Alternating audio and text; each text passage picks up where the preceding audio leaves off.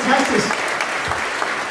Så kom vi i gang her med koncertens første sang, Glory to God in the Highest. Og det var jo det, englene sang til hyrderne ude på marken, som vi læser om i juleevangeliet.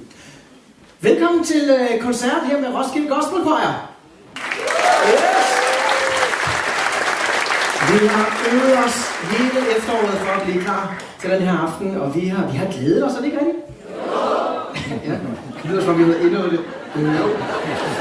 Ja, men vi har glædet os, og vi er jo simpelthen så glade for, at I er kommet så mange for at høre os synge. Vi håber ikke, I bliver skuffet, men det kan selvfølgelig godt være, jo, jeg ved det ikke. Men vi gør vores bedste. Og det havde vi så ikke.